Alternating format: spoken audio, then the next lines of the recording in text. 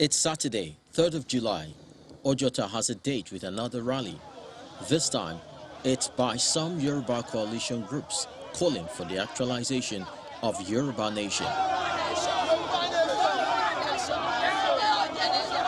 As far as they're concerned, there must be a referendum to decide their fate.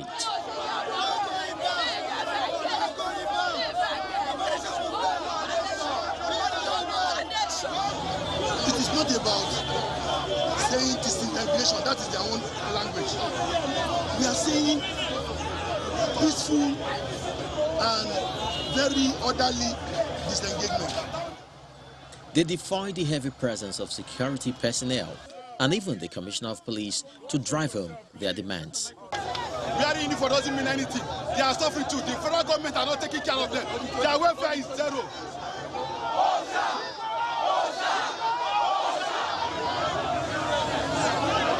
While acknowledging their right to protest, the Lagos Commissioner of Police, however, denies they got permission from him to stage the rally. We've been here now because we don't want the rally to be hijacked by a minister, and that's why we are providing security. We did not receive any letter in the past 48 hours. Thursday, so if any letter has been written since Thursday to today, so let the acknowledgement one be brought out. I think it's any letter. We do two of us to let the ministers know that we are ready to take care of them if they continue to violate the law. And the other part is that we use the two of us now to let members of the public know that that is the law-abiding members of the public, that we are ready to protect them. With tension rising, a clampdown on the protesters begins. The police deploys water cannon to arrest the situation.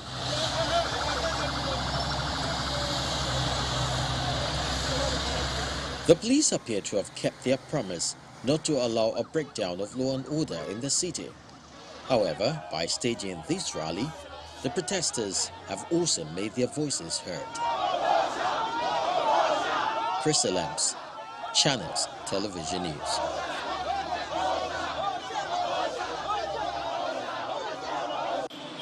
It's the morning after the disrupted rally by Odua Nation agitators, and Ojota, the rally ground, is back to its usual self.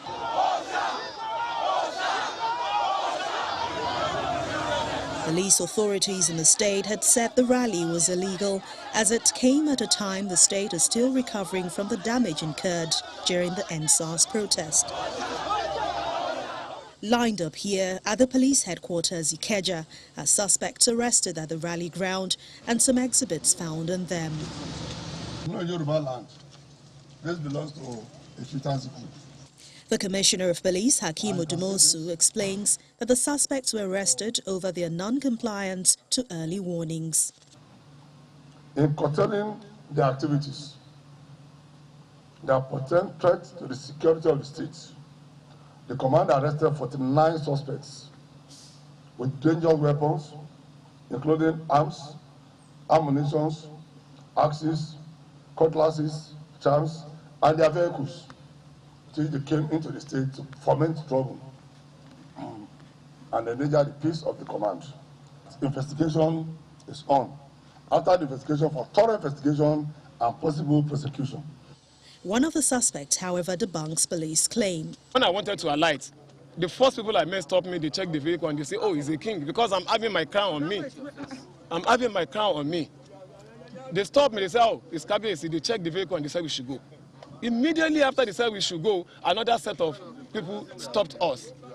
When they stopped, but the was found in your car. Not in my car. My own is Jeep. What of those items did you find in your car? They didn't find any. They didn't find any. They didn't find any. And the Jeep, Forerunner. Another major issue that has trailed the rally is the alleged killing of a 14-year-old girl by a police stray bullet, but the state police chief denies any involvement of his officers in the killing. Either the lady, the girl or the lady in question was shot by the police or by any other person. Now investigation will reveal out. Investigation of cases like that now is not what you just do on one page of newspaper or one day. Because you need to go there, you need to get in, and equally now, some investigation needs some forensic analysis too which police will not do on a day. So whether it was a gunshot, whether it was a sharp object, the fact that the life has been lost, and what led to that one now will be unraveled through the investigation. From here, the suspects are moved to the State Criminal Investigation and Intelligence Department, Bansi Yaba, where they will face the street investigation and prosecution.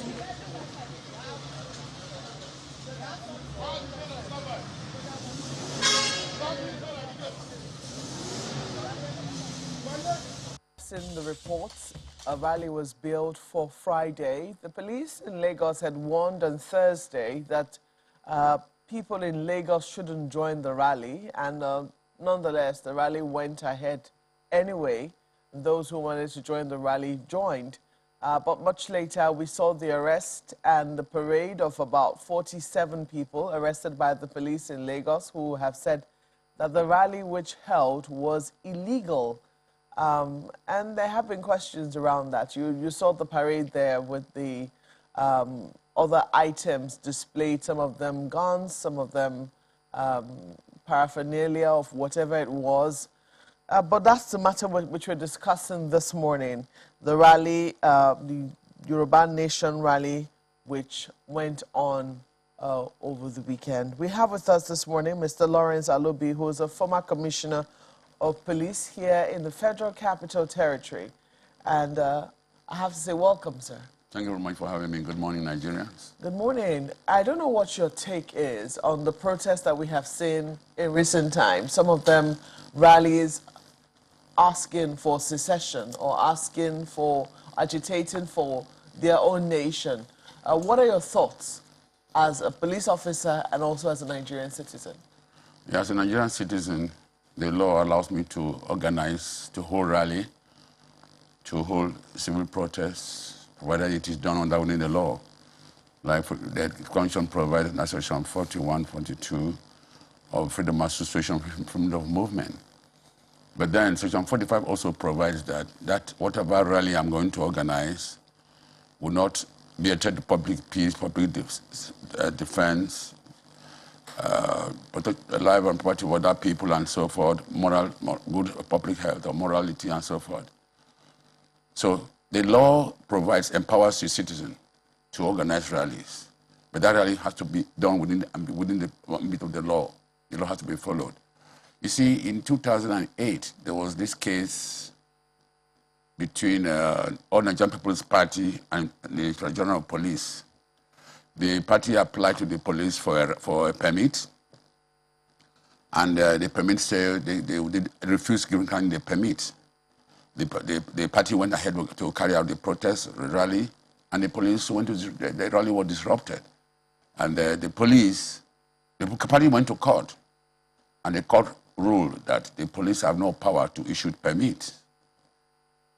Then again, Popular Act also provided under Section 1 that the state governor, the governor of a state has power to organize, to hold rallies, and issue permit. He can delegate those power to the police, commissioner of police of the state, to issue permit, and the police now, if authorized, can allow that rally to go on, or protest or civil protest to go on.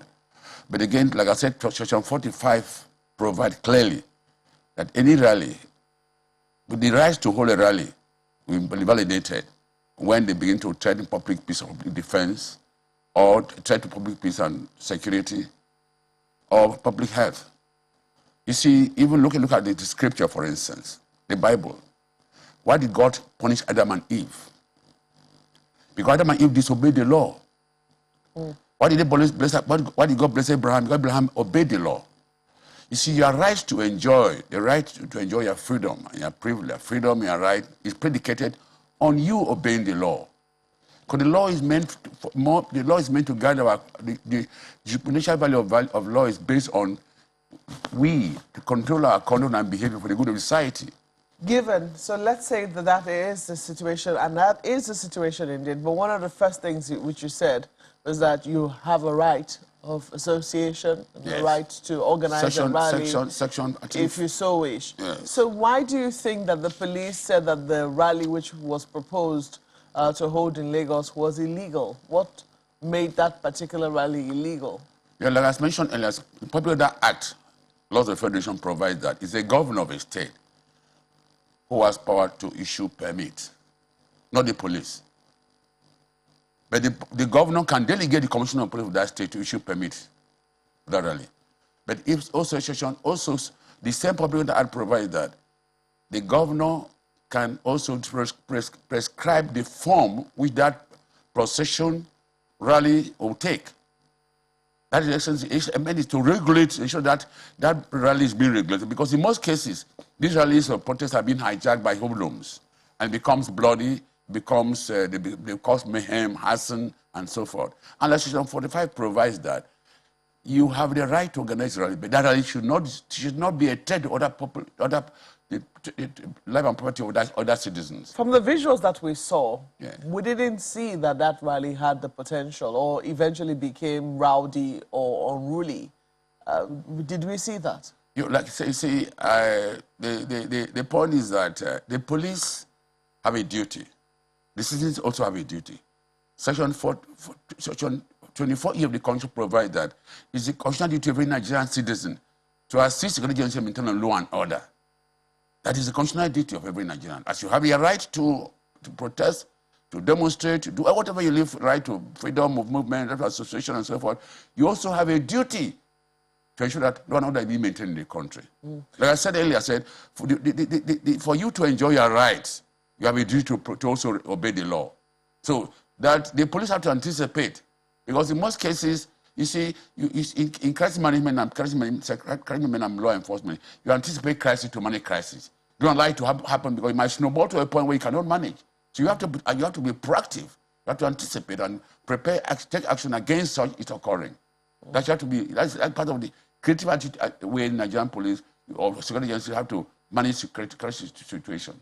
Interestingly, Lagos has, developed a place whereby those who feel aggrieved for anything or have any need to organize a rally, they oftentimes now go to the Afenifere, square. It's not much of a square, but let's call it a square, where you have the statue done in memory of late activist Chieftain Afenifere, SAN.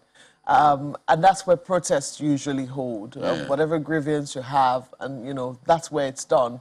On Friday or so, we saw the police in Lagos mobilizing. I wish you could see the visuals there. The police in Lagos mobilizing for that particular protest because they feared that it was going to be, deadly, or it could get out of hand. And so we saw the police bringing out the equipment in full force to say that they were ready if there were going to be any troublemakers there. What we eventually saw was the police dispersing the protesters who looked like they didn't have much on them. At least that's what it looked like to the cameras. Do you think that it was absolutely necessary for the police to disperse them in any way? Why don't you just leave them until they're spread? Yeah, you see, one thing again, the police do have to learn how to manage, how to police citizens in democratic society. We are operating a democracy. We're not a military regime or colonial administration where the rights have to be repressive policing and so forth.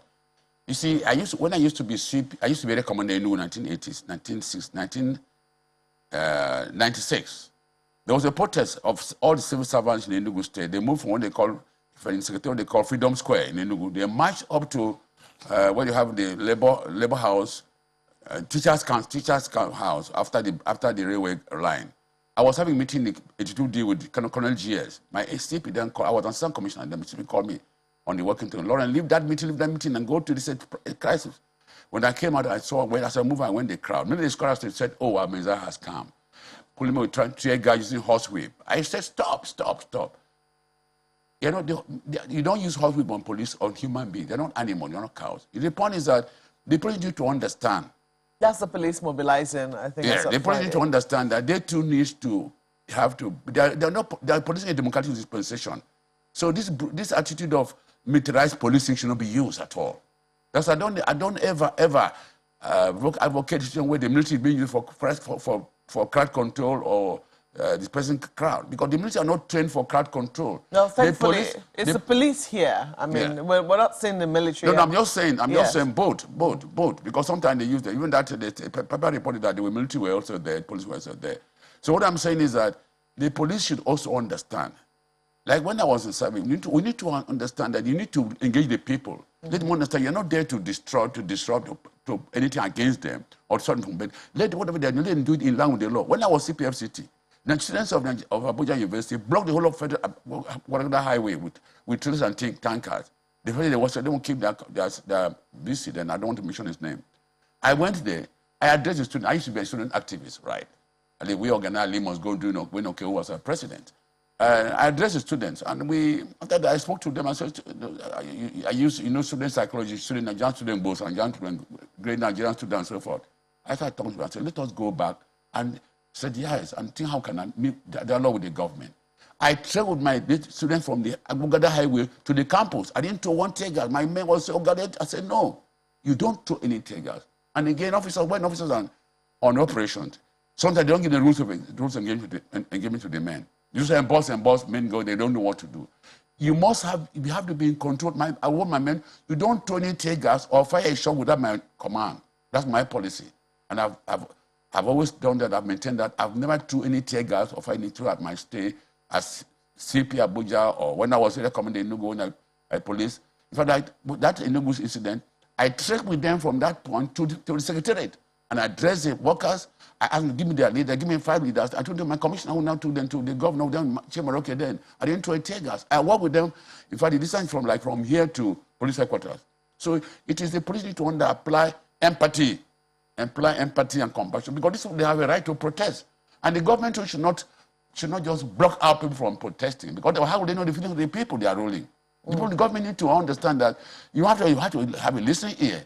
Understand that that's how you know what people can assess, accountability can assess, are you doing well, are you not doing well? You know, when you dance, you don't see your back. You still know how you are dancing, how you are doing. So the government should have a listening ear. The police should also understand that they're not policing human animals, they're policing human beings. And they have to apply what I call principle of democratic policing. Policing in line with democratic norms and values. And that is, and that is have to respect human rights, in line with the rule of law, and ensure that you are policing to meet the needs of the people. All right, but Mr. Alubi, if you could just go ahead and give us your concluding perspectives now. Is it that the police is helpless when they have to go out there and enforce a ban? Because people say there's a law that people have a right to protest peacefully. Why does the police always clamp down on such peaceful protests? Yeah, thank you very much, Samberlin. You see, the police need to understand too, like I said earlier, that they are policing a democratic society, not just a democratic dispensation. And they have to police in line with democratic norms and values. The type of government in the country determines the style of policing or form of policing or the framework of policing. So Nigerian police should understand, or second Nigerians should know that they are policing a Nigerian democratic society.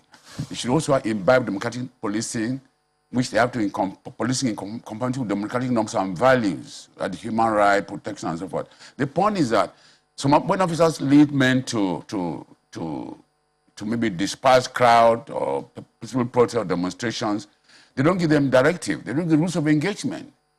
Some officers just say they just ask the men to emboss, they emboss again, the men just do what they like. I think, like I've always done myself, even with Oshomole, when doing labor, when I was in charge of fellow operations, labor, then Obasanjo, the labor was tough everywhere. But we never one day threw any tear gas or shot any bullet. The point is that we use persuasion. We apply persuasion. We're not here to kill you or to do anything or disturb. We're here to maintain law and order in your own interest of the society. And you know to be within the ambit of the law. So the police officer, anybody leading an operation or to quell such demonstrations or disperse, you must always direct their men on the rules of engagement. You must never fire any shot or throw any tear gas, because sometimes the way the police respond to such demonstrations can even provoke some violent action from the citizens. So it requires some persuasion. The police needs training on how to police civil process and civil civil demonstrations and protests I and rallies. I think it's a fine place to leave it. I mean, there'll continue to be conversations. We have seen protests from NSAS up until now, even before NSAS. But, you know, what happened with NSAS and now with what is happening with agitations, there will be huge questions as to whether or not the police have been fully equipped and trained to be able to handle such protests. But we have to thank you very much for sharing your thoughts with us this morning. Mr. Lawrence Alubi is a former commissioner of the police here in the Federal Capital Territory. Thank you once again. Thank you for having me. Okay, And, you know, let's quickly send this now to Lagos. I understand my colleagues have questions for you. Well, we actually do have Mogaji Gwega Dejimo here with us. He is the senior Afenifere Chieftain. He joins us this morning. Good morning, and thank you for joining us today. Well, the rally did hold, but the police eventually they arrested about 49 persons, saying that they violated the ban for that particular protest. So what point was it that was going to be made, particularly in context of this arrest that have been made by the police? Good morning, Chamberlain. It's good to be here again. I guess it's a season of sorts, and everything seemed to be playing out. The farcical, even the parts of it that are pathetic. We're in a democracy. And we were in a democracy in 2013, 2014, when certain people embarked on similar protests, and people were agitating for something or the other. And I haven't seen anything that is not within the law, unless and except it's one country but two sets of laws. So where do you want us to start from? I'm throwing it back at you. No, but the thing is, what points did the rally intend to make? At what point? Well, what I can say is this. I'm not speaking on behalf of the organizers, even though we do have levels of interaction. Yeah.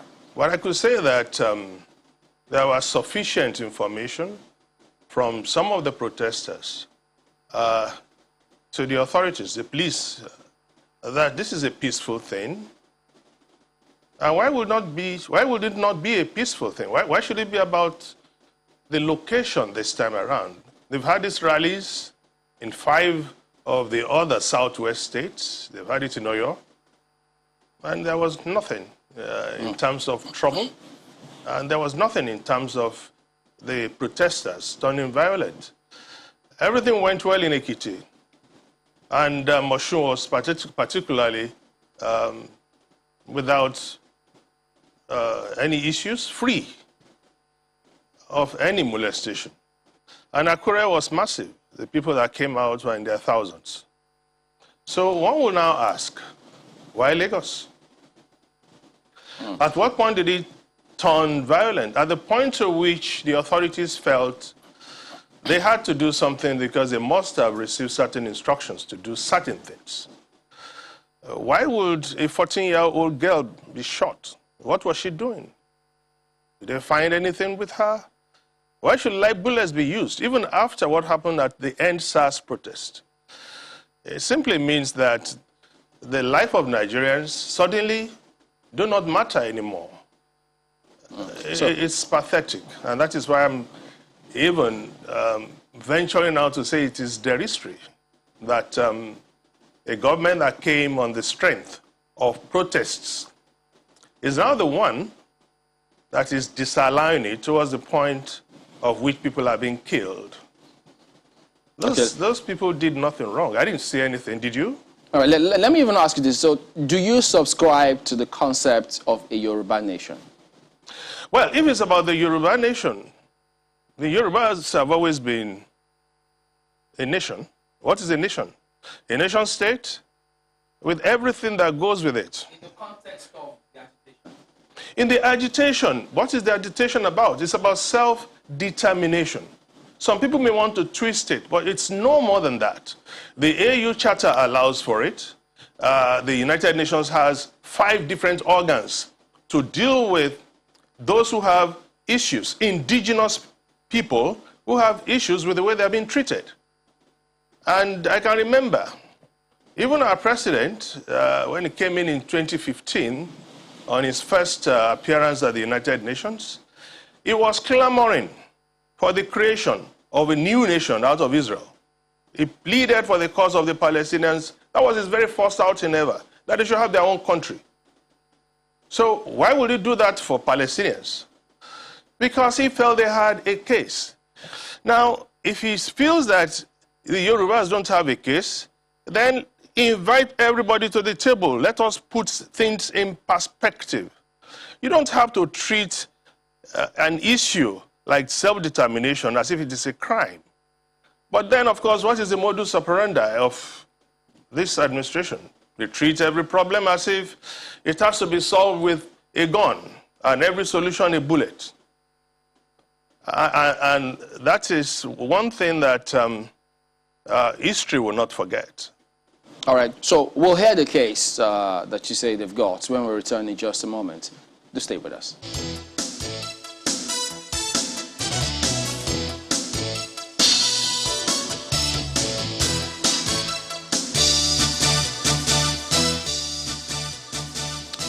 All right, welcome back. Well, you say they do have a case. So tell us about this case that you say the Yoruba Nation has.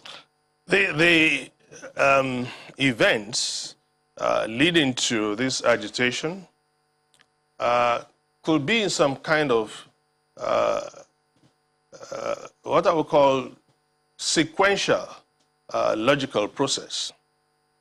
You remember that we had a Southwest starting from 1951, the very first indigenous government in the whole of Africa started in the Southwest in 1951. But then we still wanted a situation in which the Yoruba race will be comfortable in a union where they won't be treated like second-class citizens. That was the London Conference in '53 that gave back to the Littleton Constitution that allowed a full federalism to be the way and manner by which the country will be managed. And I remember again then, Chief Awolowo, the leader of the Southwest of the Yoruba, wanted a clause that would say that any of the federating units will have the right to say, I want to go. Inserted into the 1954 Constitution, the Littleton Constitution. And the leader of the North then, Sir Ahmadu Bello, accepted that very clause. It was only rejected by Dr. Nnamdi Azikiwe and the British. And then, of course, the motion for the creation of the Nigerian state was moved in 1953 first. It wasn't successful by Enahoro, but it was moved again in 1957 by Chief Remi Fani-Kayode, and it was accepted. And the initial date was supposed to be 1959. And the 1959 Constitution, in the making of it, Chief Obafemi Awolowo again raised this idea that any of the federating units, if it feels that it's not going to be so properly treated, should be allowed to go.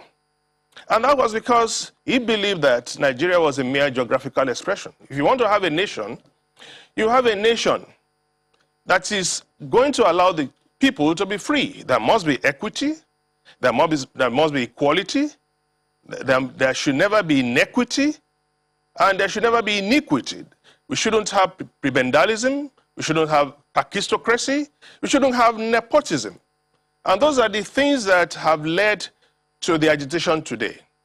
But again, the usual suspects didn't want that clause to be put in. In fact, the very first time people were going to say they want to leave this country was in 1953 when the Northerners actually brought the word separation, Araba, into the discourse.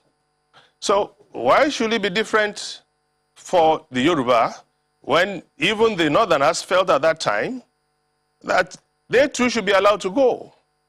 And let us face it, the 1963 Constitution, there was no constitutional body, there was no constituent assembly. It was a kind of congregation of the 4 units that said, as at that time it had become 4, that said, these are the things we want, these are the laws by which we want to be guided.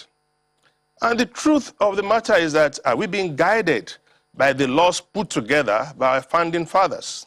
In which case, do we have unity in this country? Do we have a free and just nation? Do we? And when Chief Obafemi Awolowo, in his wisdom, composed that anthem, the Afenifere anthem, which has now become the Yoruba anthem, he said it is a duty that we owe, that the way of bringing children into this world should not be on the basis of servitude. Ìgbàgbọ́ wa ni pé bí a ṣe bí ẹrú la bí ọmọ. How a child is born is how a so-called slave is born too. Nobody should be born into slavery.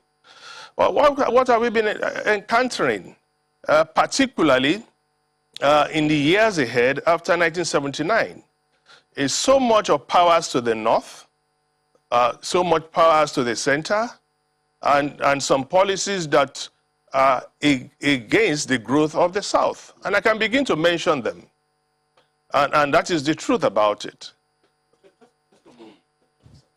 When you said the other times, you said that it seems there are different sets of rules for different sets of people on the same issue.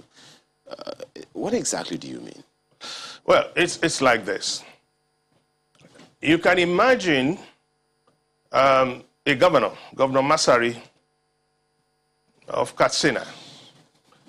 The images are all out there, standing with a so-called bandit who's wrapped in bullets, carrying serious assault weapon of the AK-47 type, in public glare. We had a governor, El Rufai, who publicly admitted on national television of paying Fulani killer headsmen rather than arresting them. And let's be safely international about this. Boko Haram, according to the World Terrorist Index, is the second deadliest terrorist group in the world. And the Fulani headsmen, by the same body, created by the United Nations, and labeling the Fulani headsmen as the 4th deadliest terrorist group. But what do you have? You have government officials in the north, governors, and this federal government doing what I call the 5 Ps. In fact, it might be 6 of the Ps. Letter P, that's to say. 1, they protect them. Like you will see Shigumi being in the company of the same security setup and going into the forest to meet with the same people you call bandits who are fully armed. Rather than arrest them, they are protecting them, they are placating them, almost begging them, they are prevaricating to them, they are pampering them, and they are paying them money. 5 Ps. In fact, let's even say that they do all of this to the people that you might say are privileged, people who have a sense of entitlement to everything. And if you ask me again, when does it become a crime for someone to have the elements of his religion freely owned by him, and then you are splashing that on television and making some kind of story out of what you call a phantom, bulletproof, found in somebody's house? Why are you not showing us the test bill owned by the bandits? Why are you not showing us the rosaries owned by certain Christians that you think are criminals? Why create such a dichotomy? Why? And it's pathetic when you begin to hear the president, Major General Muhammadu Buhari, on national television, saying to two governors that he said came to him, saying to the president, we have insecurity in our states, and he's telling them to go back and fix it. What are they going to fix? In 2013, I can remember, I think it was on the 30th of January, somebody will have to Google this. The then President Jonathan was told categorically by candidate Muhammadu Buhari to go and resign if he can't handle security. But he's on his beat now. He's throwing the responsibility at the Southwest governors. Why didn't he do it to the Borno State governor then, when it was only about Boko Haram? So why would we have to be in a country where seemingly, perhaps I should even add, administratively, it is one country but two sets of laws, one pertaining to certain people who enjoy the privileges of the accident of where they are born, and others are being treated shabbily, displayed on television as common criminals. And you want the Yoruba nation. And well, let's face it, what does actually make a nation? If it's in terms of population, the Yoruba in this country are about 60 million. In diaspora, add another 20 million. And then you want to treat them shabbily? You don't want to give them as much rights or as many rights as you give to others? And when you look at the economics of it, the Yorubas are responsible for about 67.8% of non-oil revenue. Go to their Papa Port. The three ports there, Roro, Apapa Port, Tin Can Island, are sitting on Yoruba soil. And those three ports in just one local government, they are responsible for the revenue that I'm talking about, let alone Sebe-Boda, Idiroko. And where are the other borders? Those other borders are free. People know. But here, where we make all the money, the people are treated shabbily. You don't even find the Yoruba adding any of the important security agencies. We have about 17 of them. And that sort of brings me to the next point. Earlier on, you talked about coming to the table, as it were. The government should invite, the representatives sort of to the table. And I'd like to know the type of, or the manner in which this should be. Because over time, and even till today, we've had governors on NEC, we've had representatives in the Senate, House of Reps, we still have anyway. So how is it that they've not collectively come together to say, this is what we want, this is what we feel, this is what has been happening, and we're not okay with it? And even up till now, how has it been so difficult to have them come together and say this with one voice? That's an important question, and I thank you for it. When you have people telling you, go to the National Assembly and sort things out, it is because they know in their deepest state of mind that the National Assembly is owned by them. If people are telling you, go that way, when everybody is asking that we should sit down and talk, it shows that they have the control and they know that they are sending you on what the Yoruba call Arodon. Arodon is like, when we were little and our mothers would tell us, when we are particularly irritating to them, go and collect something from the neighbor. The neighbor knows the language, sends the child to another neighbor, and by the time it is evening, the child comes back home, the mother is free of the trouble. They want to send us on a wild goose chase. Go to the House of Reps. In numbers, they have more than 100 members of the North over the numbers of the South. So how are we going to be able to present our case when it is highly skewed against us? Go to the Senate. To tell you the truth, it is pathetic. There are 19 states, over 17 states. That's a clear six senators plus the one in Abuja, 7 against what we have in the South. What we need is a dialogue. But when the authorities, the president, is not agreeing to a dialogue, when the president seems to have particularly few options, perhaps only one option at any time, when he's dealing with us, and that is to say, I will let them know through the language that they understand. What language are we talking about? A different kind of language to the Igbo agitation, a different kind of language to the Yoruba agitation? Of course, that is what it means. Kill them. That's the language. Clamp them down. That's the language. But when it comes to the bandits, oh, give them amnesty. Talk to them. Even suggesting that they pay them. They pay terrorists. But they don't want to dialogue because they believe that they have all the aces. If this country is to progress, then we should have a semblance of a dialogue. In 1999, Afenifere came out plainly in the sight of all. All right. Excuse me, can I finish? Because this is an important aspect.